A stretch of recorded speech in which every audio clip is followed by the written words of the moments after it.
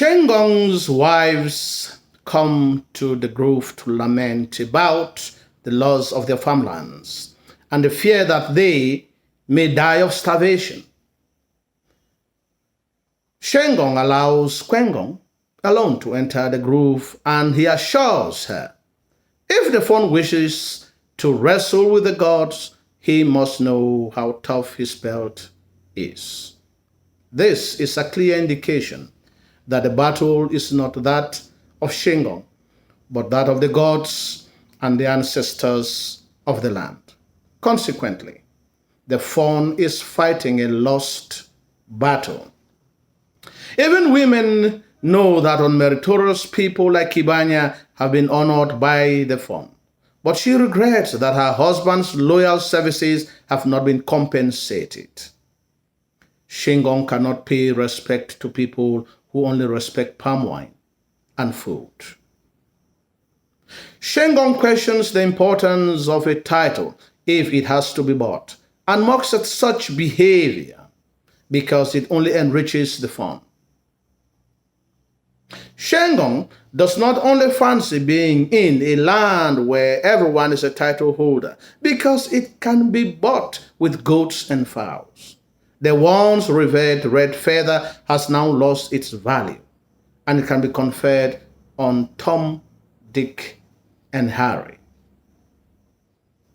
The subjects, especially the women, have started agitating because they have had enough from the fawn and his wayward behavior. There is contrast between the glorious past and the present concerning the dignity of the land. Shengong believes that the fawn is misguided by the obsession that the fawn never dies. He reigns eternally. Tapa comes into the grove to inform Shengong that the fawn has seized the palm bush, and his watchdogs have seized and drunk all the palm wine that he had tapped the previous day. They have also beaten Tapa and apprehended Sangong.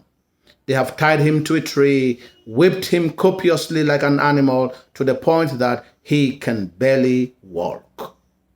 The treatment given to such a noble man provokes the people to stop the festivity and the palace and return to their various homes out of anger and discontent. The people leave, only the nobles and the other watchdogs to continue with the festivity. Meanwhile, good-hearted people help to take Sangong to his home, and Shengong regrets that palm wine is the curse that is ruining the land. The fawn continues in his recklessness by sending his thugs to beat and humiliate a respectable notable like Sangong. This is the beginning of revolt from the people, and their return home when the festivity is still ongoing is a clear message to the fawn that they have had enough. The treatment given to Sangong clearly makes the people to realize that the same treatment can be meted on any one of them if they continue to entertain such recklessness from their leader. There is a second punishment for the land when the palm bush disappears and the earth goddess pronounces that the sun that rises must set. This pronouncement is an indication that the fawn's days or reign are numbered. Many people are humiliated, and some are made to disappear by the fawn's thugs. The curse on the land is maintained, and Gwe informs the chief priest that the fawn has vowed to deal with him.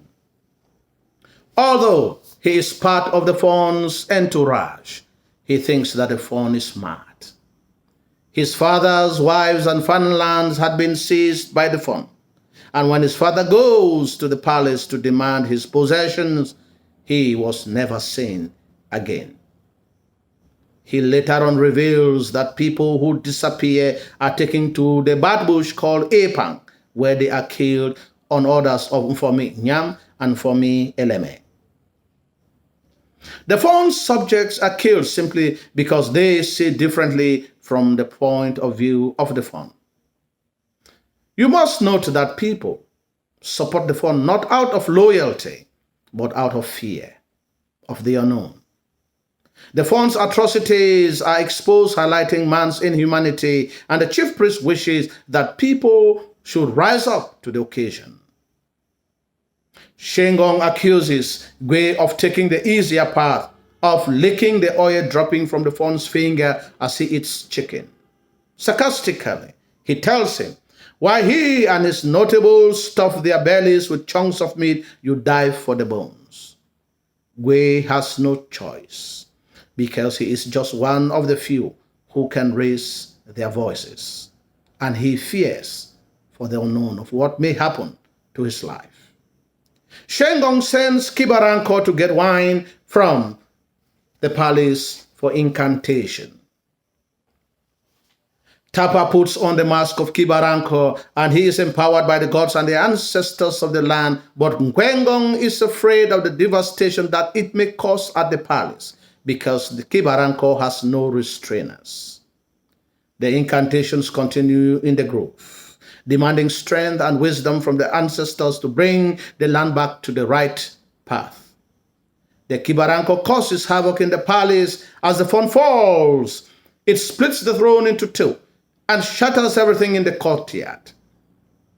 When Kibaranko arrives at the palace, the fawn and the notables are drunk in different stages, and and the chief priest regrets why he had supported the fawn to be crowned in the first place. This is one of the reasons why the fawn cannot openly attack the chief priest, but ironically he turns his back against the chief priest. Immediately he tastes power. Shengon also sends Kwengong to meet the other women in order to do something to avert the drought. Shengon is pissed off with the level of laxity and recklessness with which the land is ruled.